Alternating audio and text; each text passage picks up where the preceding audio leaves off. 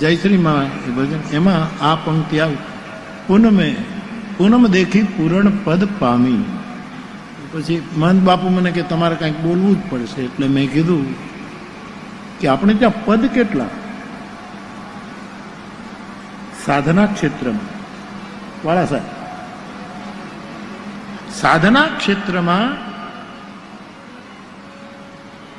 સંતવાણી અને જે આપણી પ્રાચીન પરંપરા છે, જેમાં ડૂબકી માર્યા પછી બહાર નથી નીકળાતું, એવી ગહન અને છતાંય છેલ્લા માણસ સુધી પહોંચાડવાની એ મહાપુરુષોની વૃત્તિ, એમાં એ તો માળી ગાતા હતા. એટલે વળી મેં કીધું મારે બોલવું પડ્યું. 5 પ્રકારના પદ છે સાહેબ, 5 પ્રકાર. એક પદનું નામ છે તૃણ પદ, ઘાસના તણખલાનું, જેની કોઈ કિંમત નથી. સમાજમાં ઘણી વખત આપણે તણખલા જેવા પદથી ગૌરવાન્વિત થતા હોઈએ છીએ, જે ખાક છે. ઈસતન ધન કી કોણ બડાઈ, તૃણ પદ. અને ગામડા વાળા આપણે બધા કે ખેતરમાં ઘાસ હોય એ અમુક સમય સુધી જ લીલું છમરે, પછી હુકાવા માંડે. સમયસર કોઈ ગાયને ખેતર ચરાવી દે તો વાત જુદી, નહીતર સુકાઈ જાય, ભોંગ એકદમ પેલી ભૂખરી થઈ જાય, એનો કોઈ અર્થ નથી રહેતો. આ જગતમાં જેને જેને આવા પદ મળ્યા છે, તૃણવત પદ, એની શાશ્વતી નથી હોતી, એના દશકા હોય છે. 10 વર્ષે તો પૂરું થઈ જાય છે, પછી ક્યાંય ન રહે. આજે જગતમાં જયારે તંત્રની બોલબાલા છે આખા જગતમાં, એ વખતે તમે જોજો એની આયુષ્ય બહુ લાંબી ન હોય. પછીનું જે સાધના ક્ષેત્રમાં પદ છે, આ તો માતાજી ગાતા હતા, પછી મારે બીજું પદ છે, એ છે ચૂર્ણ પદ. એ ગુરુ પાસેથી મળે. બંદવ ગુરુપદ પદુમ પરાગા, સુરુચિ સુવાસ સરસ અનુરાગા, અમીય મૂરીમય ચૂરણ ચારુ. ચૂર્ણ પદ, જે ગુરુના ચરણની રજ, ઈ જેને પ્રાપ્ત થઈ જાય, ઈ ક્યારેક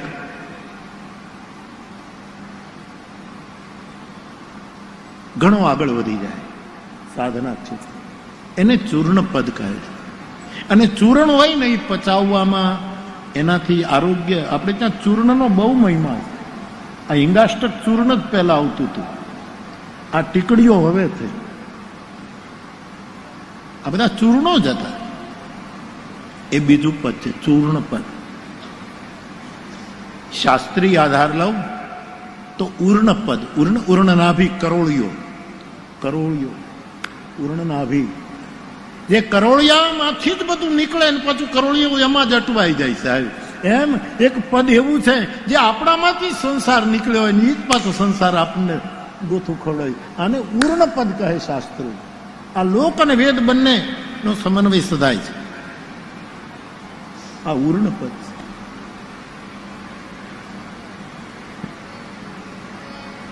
આહા. પણ ચોથું પદ છે એ ભક્તિનું, પ્રેમ લક્ષણા ભક્તિનું, જેમાં પીડા હોય. હેરી મેં તો દર્દ દીવાની, મેરો દર્દ ન જાને કો. પ્રેમ લક્ષણા ભક્તિનું એક પદ છે. એક અવસ્થા, પદમાની અવસ્થા, સ્ટેજ, એક ભૂમિકા, એ એક સ્થિતિએ પહોંચેલો સાધુ.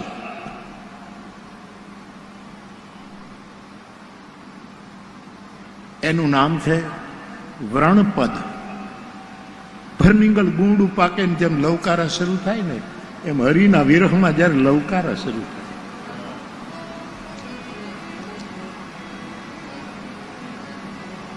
કહી ન શકાય. મેં ફરી વખત સાંઈ મકરંદભાઈ દવેને યાદ કરું, જયારે હું એમને પાસે ગયો, અમારે વાતચીત, એને મને એમ કહ્યું કે બાપુ અંદર બહુ હળગે છે, બધું સળગે છે, અંદર અંદર ભડકે, બહુ ભડકે.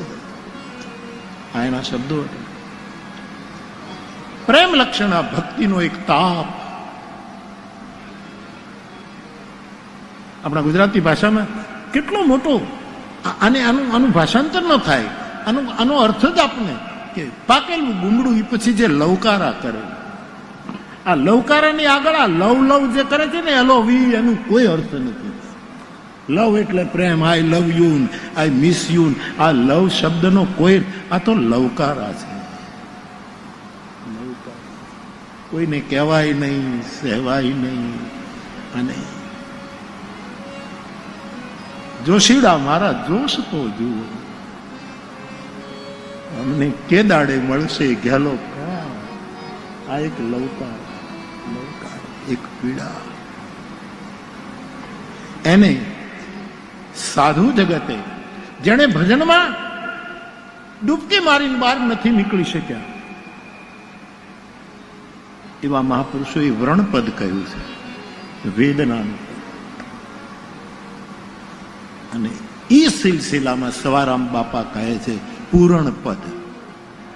પૂનમ દેખે પૂરણ પદ, બાવલિયા પૂરણ પદ. એ આ ચાર પદ જે પસાર કરે, તૃણપદને જતું કરે, આ તુચ્છ છે. આમાં અમારી જાનકીની સામે રાવણે એમ કહ્યું અશોક વાટિકામાં માનસમાં કે એકવાર મારી સામે તમે જુઓ, ખાલી મને દ્રષ્ટિ આપો તો મંદોદરી આદિ રાણીઓને તમારી દાસી બનાવી દઉં. એ વખતે કિશોરીજીએ, જાનકીજીએ અશોક વૃક્ષની નીચે બેઠા હતા. એના આંસુડાથી જે ઘાસના તણખા લીલાછમ રહેતા હતા, સતત રડે છે. અને એના આંસુડાએ જે ઘાસને જીવંત રાખ્યા હતા એમાંથી એક તણખું તોડ્યું. સીતા માનસમાં લખ્યું છે તૃણ ધર્યો.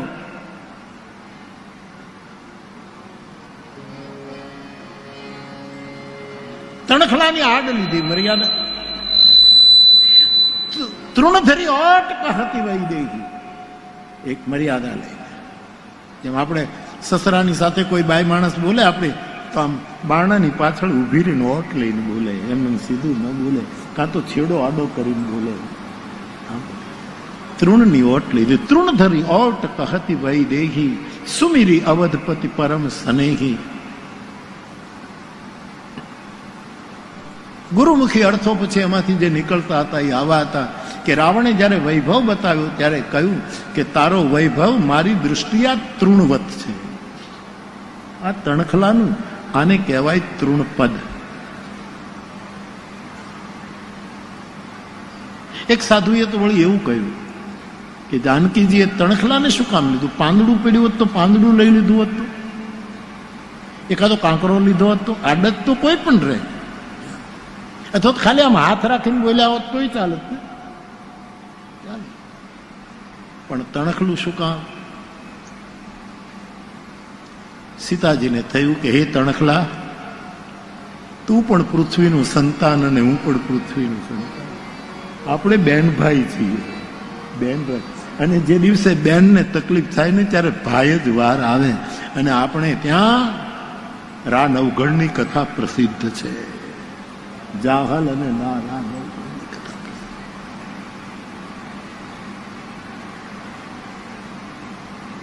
તૃણપદ જેનું કોઈ મૂલ્ય નથી.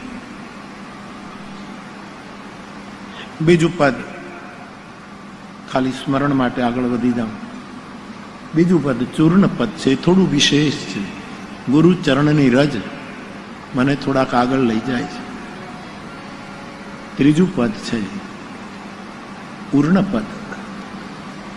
આપણે જ હાથે ફસાઈએ છીએ અને આપણે જ એમાં પછી નીકળી શકતા નથી. ચોથું પદ છે પ્રેમ લક્ષણા ભક્તિનું વ્રણપદ. આ ચારેય પડાવ ભજનના જે પાસ કરે એને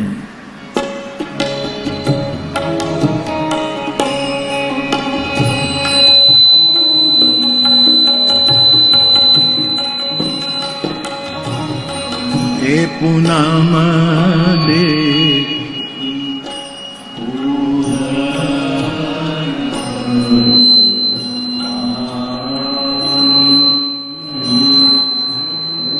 પૂરણ દેખી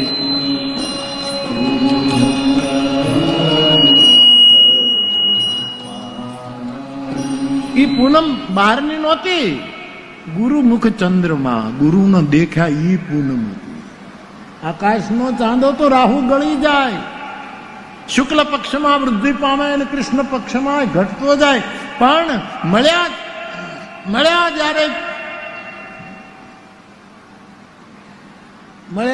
જ્યારે ફૂલગરજી સ્વામી ગુરુમુખ ચંદ્રમાં